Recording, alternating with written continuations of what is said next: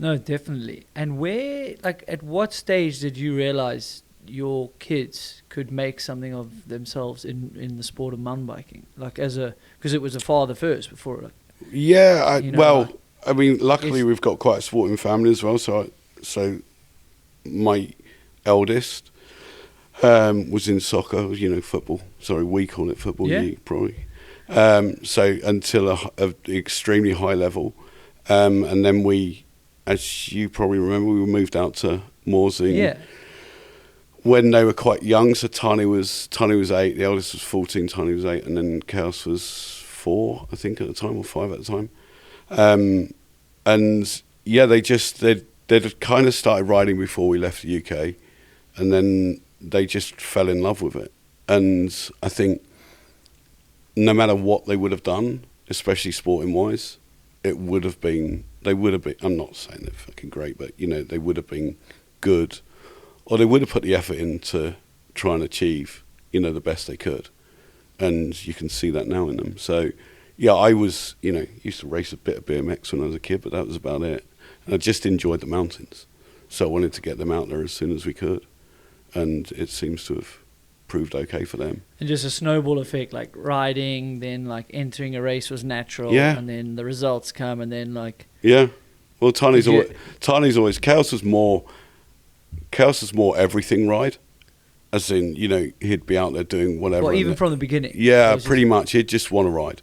And then Tahnee would ride, but then she just went, as soon as she started racing, all she wanted to do was race. That was the bug that was inside. And it wasn't only that, it was trying to get better. Her first races, I mean, she was a minute back from other girls, but she'd chip away, and each race it got better and better. And it's the same when she started racing World Cups. She raced when juniors were in with the elites, and it was just chipping away. The first thing was to qualify in elites, and then it was just to get closer to that, maybe it was the top 10 then, and then, okay, I can get further up. And that's all she's ever done, is tried to progress every single time she goes out and rides a bike. And the team, like, when did you start formalizing a team? Like, was it out of necessity, or did you kind of like realize early on, like, it would be a good plan to put in place? Well, yeah, I mean, it never was the plan. But, we had some help early on. Nigel Page used to come out and stay at where we had in near Morzine. So he used to come out and stay, and he kind of helped her along the way, saw a little bit of potential in Tahnee and started going, I can help you get, X, Y frames and parts to go on them and things like that, cheaper costs. And then we connected with, obviously, the brands that were helping her out slightly. And then, more and more things came as she progressed up that little racing ladder. And it got to the point where teams were asking about her to be, when she could start racing World Cups. However, back then, you'll remember, women weren't very supported within the industry, especially when it was racing. No, it wasn't that many that could get support. No. Remember, like, Tracy Hannah, could win a World Cup, but couldn't get a ride. And then she'd be working in the sand mines. She went home to the sand mine, then came back, and, I don't know what, I think the story was she came back and then, won the first one. Got on the podium. She did at Peter Marisburg, wasn't it? But she had to basically walk away from lack of support, not lack of results. So, you're right. There was a tough period there. Kind of, that was when that industry went through a lull. That's how. Yeah, no, that totally. also happened at the same time. So, whatever anyone was offering us or offering for Tahnee wasn't what we'd already got. And I wouldn't like to turn my back on the people that had supported her to that point. So, I kind of went, we'll go. Let's just go. Let's just go racing. And that's kind of what we did. And in the first year, we had some young lad come out and stay at our place for a bit, and he helped as a mechanic. So it's just the three of us on the road. And so that first year of Tahnee Racing World Cups was, just the three of us. And I remember her completely spannering herself at Val di Sole at the first race, which was awesome. Seeing her carted off in a little blood thing, blood. And it's like, oh, great. But then turned up to Fort William the next one and qualified for the elites in her second race. So, and that's still as a junior. She was still a junior then. How hard's that? Like as a so she was 16 at the time. That. Oh yeah, no, it was like it's horrible. Yeah, it's horrible. I can only imagine. Yeah, and not only that, you're watching, as you know, we all do. You watch the times, and to be honest with you, I was absolutely amazed because she was within the top 10 in the first couple of splits in Val d'Isole, and then nothing. You know, then the top clock just keeps ticking. Yeah, and as a father, you're like, what the hell's happening? And it's not, you know, like now we've got radios back and forth to every staff member. We know pretty much what's going on whenever it's going on. Back then, didn't have a clue.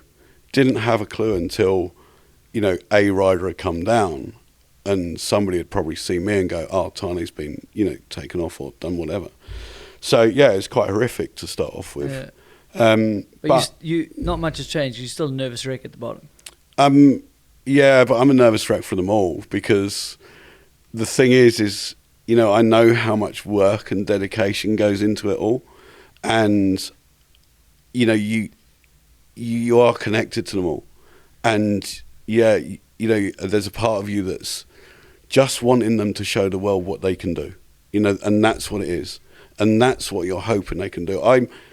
I'm quite proud that most of the riders, or especially on our team, are, you know, they're tough as nails, really.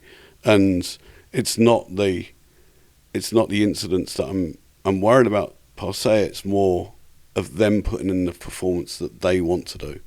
So it's just, yeah, you'll probably see me pacing up and down at the bottom, but no, it is nerve-wracking. And yeah. There's team manager hat you've got. There's father hat, and you put in so much work. We spoke about it, I guess, last night. Is like the team environment is so important. Individual sport, but without a good team, you don't exist as an individual either. No. From the mechanics to the soigneurs, or depending how big the team is, or like you've done for many years, is run like on a shoestring budget. You know, and that's we've always tough. done kind of shoestring budget, but that to a point that's out of choice as well, because every time we've gone that little bit extra, whether it's financially or anything else, we've then put back into the team.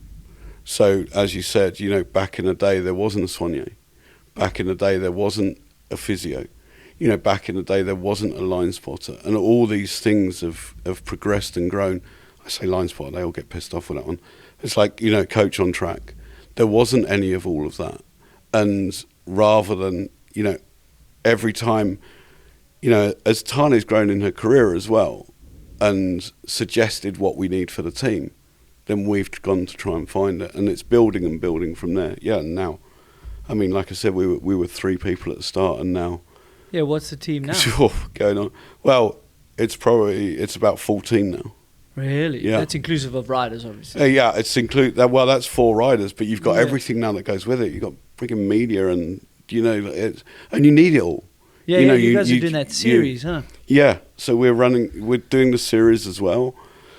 So, but you need, like, this is what you need to participate at the highest level, you know. And our theory has always been as well that if, especially after Tahnee's concussion season, where she didn't race at all, that if we're not winning on track, we've got to try and win off track. And that means that our media's got to be good, or our social's got to be good. And there's a lot of thought that goes into it. And it's not just, you know, put up another post, let's do that. You know, we do kind of plan our race weeks, you know, prior to there, and then, you know, afterwards, and what we're going to do.